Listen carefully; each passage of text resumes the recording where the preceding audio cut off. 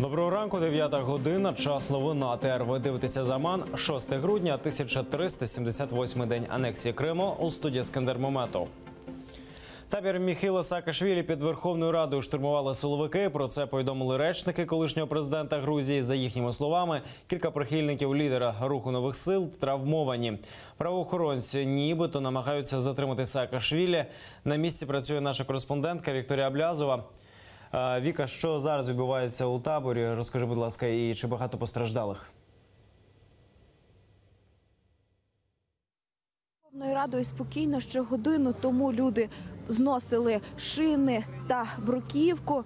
Як я зараз бачу, до Верховної Ради сходиться все більше Нацгвардії. Вони зараз екіпіровані без шоломів. Людей же, в принципі, залишається така сама кількість, як зранку. Потроху вони підходять. Втім, як я бачу, зараз Нацгвардії більше.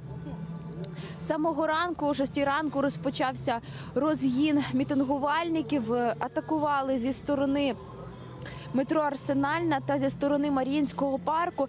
Ми поспілкувалися з лікарями, з медиками, якщо з самого ранку нам казали про 10 постраждалих від розгону, то зараз нам вже кажуть про те, що все-таки людей, які постраждали, було 20. Ми поспілкувалися з медиками, пропоную послухати. По тяжкості був перелом руки, забої м'яких тканин, також черепно-мозкові травми, розсічення. Ми людей по максимуму доправили до лікарні. Вы спали? Да. Полиция? Да, заскочила, она начала бить. Нецензурними словами не збивати людей, гнати. Ну, ви ж бачите, що робиться, блядь. Бить дубинками, безпреділ, дубинками били всіх, блядь. Розказали нам люди, що зараз тут знаходяться під Верховною Радою. За весь час, поки вони тут, ні разу не було такого розгону, і це дуже їх обурило. Тому зараз вони планують і надалі тут залишатися і збирати ще більшу кількість людей. Також вони розказали, що сьогодні розганяти їх прийшов підрозділ «Корд». Як вони поділилися з нами даними, вони впізнали в цьому підрозділі Донецький спецпідрозділ «Корд», а прикривала Нацгвардія з Одеської області. Хочу сказати, що Саакашвілі попросив припинити провокації і не розганяти людей. Ми ж поки що залишаємося на місці подій і будемо надалі повідомляти вам, що буде далі. Студія. Дякуємо. Це була Вікторія Аблязова з наметового містечка біля парламенту, яке зранку штурмували силовики. 100-ту річницю Курултаю сьогодні відзначають кримські татари. Вищий повноважний орган «Національний з'їзд» відбувся у листопаді 1917-го у Бахчисараї. На зібранні обрали тимчасовий Кримсько-мусульманський виконавчий комітет. Його головою 32-річного Номана Челебіджихана. Його ж обрали і муфті. Попри дипломатичність Номана Челебіджихана, у кримсько-татарського національного руху того періоду практично не було союзників. Півострів опинився у центрі протистояння кількох політичних сил. Кримські татари хотіли автономії, більшовицька Росія хотіла бачити Крим лише в своєму складі. Отримати автономію Кримсько-татарській демократичній республіці не вдалося. Більшовики розігнали Курултай, а його голову Номана Челебіджихана розстріляли. 100 років тому Центральна Рада Української Народної Республіки була єдиною, хто визнав нову державу. Цьогоріч дату створення Курултаю відзначають на всеукраїнському рівні. На першому етапі вони говорили, ми хочемо такої автономії в межах новостворюваної російської держави. Потім вони говорили про політичну автономію.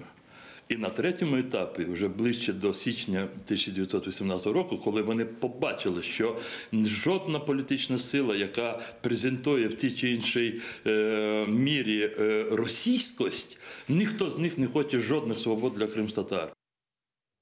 Сьогодні у Верховній Раді о 15-й годині розпочнеться урочисте засідання на честь 100-річчя першого Курултаю кримсько-татарського народу. Телеканал АТР транслюватиме засідання наживо. Не пропустіть.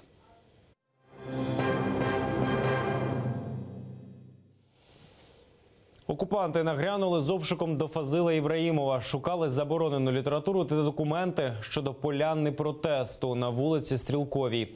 Про це згодом у коментарі громадським активістам Кримської солідарності повідомив сам Фазил Ібраїмов.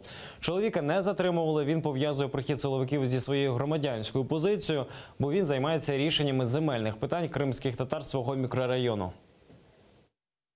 Забрали эти документы, которые относятся к поляне протеста Стрелковая. Всю литературу, которая есть, у нас литературы много. Все посмотрели, то, что можно было.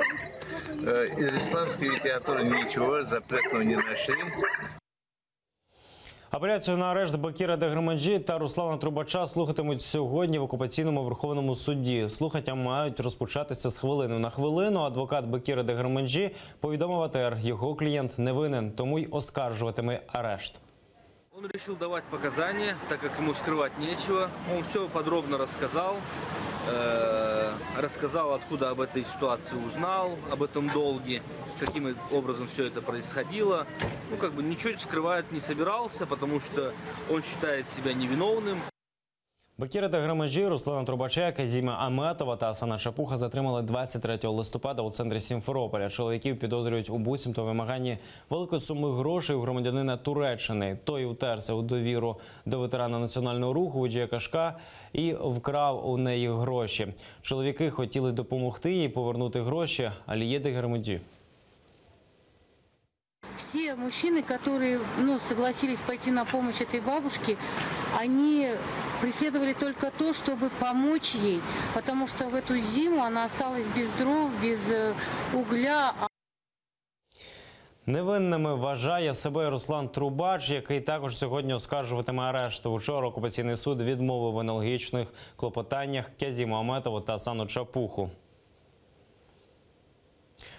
О перші дня за Києвом в окупаційному Роздольницькому суді відбудеться чергове засідання у справі українського активіста Володимира Балуха. Цьогоріч у серпні його засудили до 3 років і 7 місяців колонії загального режиму.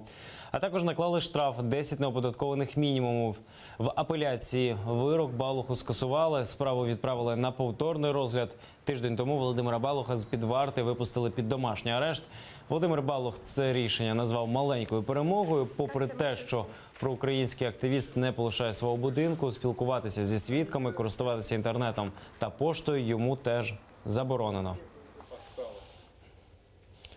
Так само у ці хвилини у тому ж таки окупаційному Верховному суді Криму розпочнеться чергове слухання справи так званої групи українських диверсантів.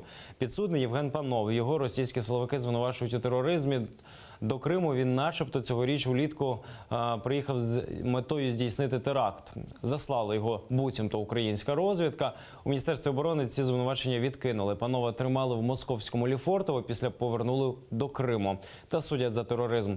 Сьогодні має відбутися чергове засідання. На суд, аби побачити сина, приїхала його матір. Утім, окупанти протримали Віру Котеленець на адмінкордоні кілька годин, аж поки жінці не стало зле.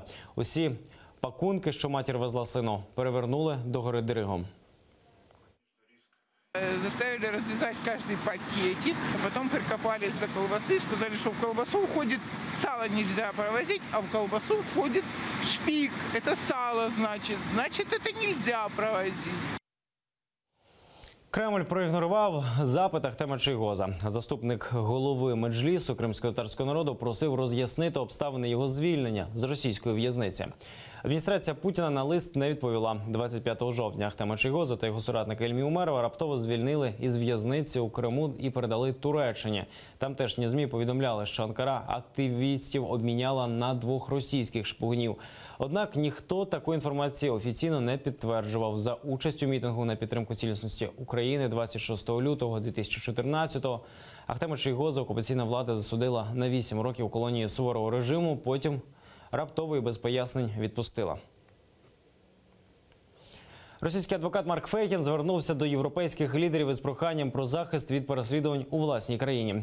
Відповідного листа він написав канцлеру Німеччини Ангелі Меркель та президенту Франції Еммануелю Макрону. В ньому він розповів про атмосферу свавілля та беззаконня, яка панує в Росії. Фейгін побоюється, що його адвокатська діяльність під загрозою. Адвокат захищав українських політв'язнів, зокрема Надію Савченко. Тепер він веде справу журналіста «Укрінформу» Романа Сущенка, якому інкримінують шпигунство. За його словами, російська влада збирається відсторонити його від цієї справи. Сподіваюся, шановні пані Меркель і пане Макрон, ви не полишите зусиль щодо визволення Романа Сущенка з російської в'язниці і після того моменту, як мене усунуть від його захисту. Наразі це всі новини. Аби знати більше, дивіться наступний випуск «Заман» із Мавілі Мухтаровою об 11-й годині. А просто зараз ефір продовжить програма «Саба» із Єлизаветою Цереградською. Будьте з нами.